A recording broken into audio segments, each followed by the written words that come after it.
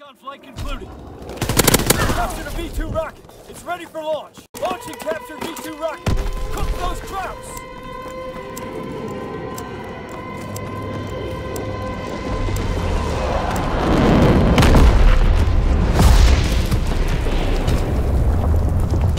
Man, oh man, I really wish that the V2 rocket had that siren go off when you called it in. I had that siren go off in the background because before I called in the V2 rocket, I called in the carpet bombing run, which whenever you call that in, it has that siren go off. So I called in my V2 rocket after that, just making it sound like and look like that the siren was coming from the V2 rocket launching, which that's what I've always wanted to do because it's like really menacing when you see the timer countdown and hear that siren go off. It just sounds really insane. But this video is mainly going to be on how to get easy V2 rockets here in World War II. So far, I've gotten 5 of them, and I've actually gotten 2 in one day yesterday. I was playing Gridiron, and I honestly found out that Gridiron is probably the best mode to get V2 rockets in, and I'll show you guys all why. I've done so much work here to make this video because Gridiron, the reason why it's the best mode for V2 rockets is simply because the spawn system in Gridiron makes it very easy for you to know where the spawns are and what the enemies are always going to be at, therefore making you get kills constantly, controlling the spawns easier, and plus spawns in Gridiron do not flip. Like as you see with these spawn guides that I made here for every map in the game besides Gustav Cannon, you'll see that there's always 1 or 2 main central spawns, and then there's a secondary spawn, and then there's a backup spawn, and that is how it is for every single map here in this game. I went through every map and I checked out where the spawns are. I've tested them out with like bots just to see and get more accurate results here with all these maps to bring you guys this. So if you want to pause the video and check out every map for the spawn guide, then yes, do that later on. And like if you want to save these and like look back at them, say if you're playing on Ardent Forest, you want to look back at it, well just go ahead and look back at this video or just save them somehow, because this is as close as you can get to every single little spawn there is on every map in the game. You know, I probably have a few missing, but Gridiron is best for V2 rockets because the spawns are easier to learn. With this gameplay on Ardent Forest, I got the V2 rocket because I was controlling the spawns really well. I wasn't pushing up, I was playing it real passively. I knew when to push up, I knew when to fall back and such, and that's what it's all about with V2 rockets, playing passively, knowing when to rush, and knowing when not to rush, because if you rush too hard, then obviously you are going to be caught red-handed and you're not going to be getting on a high streak at all. So it's all about good pacing, and it takes time to learn that, but if you get it right, then you'll definitely be on your way to a good streak. But right now I'm just going to go back to these spawn charts just so I can explain this first one here, just so you understand the rest of them and you know what I'm talking about. So the red circle, and by the way, this is Ardent Forest, the map I'm playing on here in this gameplay. The red circle is the main spawn area. This main spawn area is where you first spawn when the game starts, and vice versa with the enemies. And also for the majority of the game, if enemies do not push that main spawn area, you are going to be spawning there for the majority of the game. But what if the enemies push your red circle and your spawn area? Well, that's where the secondary spawn area comes in. The yellow circle is a secondary spawn, so if you pushed up in the enemy's red area, then they will spawn in the yellow area. And once you take all of them out in the secondary yellow area, then they will spawn back in the red area. But what if both the main spawn point and the secondary spawn point are filled with teammates and yourself? That's where the backup spawn point comes in handy. The backup spawns are in every map, of course, and they're usually away from the primary and secondary spawn point, or they're kind of near it. So if both primary and secondary spawn points are taken up by your teammates and you don't notice at all any enemies spawning there, well, they're in their backup area. And every map has this, so you guys will see in the charts that there's many backup areas that you will need to check for sure, or else you'll be shot in the back, unfortunately. So pay attention to my positioning. So my team is on the left side and the enemies are of course on the right side. So you'll be seeing that I know that they are going to be spawning in the very back over there, either in their main spawn, of course, which is for the most part, or in their backup spawn in case my teammates push up. So you're seeing that I'm playing it safe here in this cabin. I'm not rushing out. I'm just simply waiting for the enemies to come at me, and that's what you should do in Gridiron, because if you push their main spawn, then they're going to spawn behind you, and that's going to be very inconsistent and inconvenient for you because you're trying to go for that high kill streak. So just be aware of that, guys.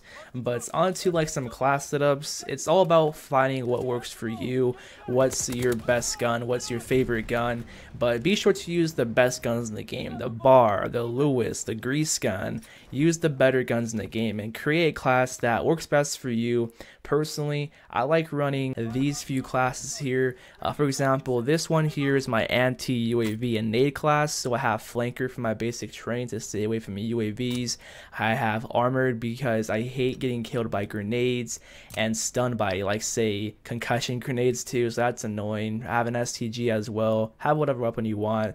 And then on to the next class. This is going to be a class with the bar, the overpowered bar. I run infantry with flankers, so it's my anti-UAV class with like a very consistent weapon that I personally enjoy using. For example, the bar or the Lewis or the M1, and combine that with flanker and infantry, you'll go to town. The next class here I have is going to be a stealth class setup. It's only used with SMGs, so run an SMG that's good with suppressor like the PPSH, the grease gun, the Sten, and then for basic training, definitely have flanker because that keeps you off the radar. This is as stealthy as you can get here in World War II, and it's definitely pretty good for V2 rockets. The last class here, I have mountain, just so I could be hidden from UAVs and have silent footsteps. And then for my basic training, I do have hunker because hunker is amazing. It's golly in this game. It's basically flak jacket, protects you from grenades. So yeah, overall guys, those are my classes right there. You could try them out, but it's just honestly up to you to find what's best for you, testing out different class combinations and whatnot. So when you get into a game, when you first spawn in, it's always best to think about what routes you're going to take. It's best to stay away from your teammates at first because usually they're all bundled up together, going straight to the middle and dying a lot. So at the start, try to flank your enemy. Then when you feel as though you have a good start, then you can fall back and pay attention to what your team is doing, which is another thing. Pay attention to your teammates' positioning, because if you have a few teammates pushing up near their spawn or an area, then maybe go with them because you have someone to back you up if someone runs into you, and that teammate could possibly be bait for you. You know, it's always good for a teammate to go around a corner first instead of you, just so he could die first. And speaking about like going around corners, it's best to walk around corners, guys. Do not sprint around corners because the sprint out time, the time it takes coming out of the sprinting animation, is incredibly slow for pretty much every gun in this game here. So you will have barely any time to react after sprinting if an enemy catches you off guard around the corner. Be sure you're always aware of this because I can't count the amount of times I've died sprinting around a corner when I could just simply walked and had my gun up and ready to shoot the enemy. So this last part here involves the spawns. So pay attention to the kill feed, because knowing when your teammate kills an enemy will tell you that the enemy just died, of course, and he should be spawning in X location, whether that be in his primary spawn, the secondary spawn, or the backup. So pay attention to who's dying and living in the kill feed, okay, because this will tremendously help you out. It doesn't seem like it, but guys, I've been doing this for a while now, since I think like as long as I can remember with like Black Ops 3 Advanced Warfare, and this is definitely a crucial thing in every COD. So predict the next spawn point and keep on doing it over and over again. It'll give you the upper hand and the, I guess, slight advantage over the enemy because he doesn't know you're coming right after him. He doesn't know that you know that he just spawned. So it's always good to watch the kill feed all the time.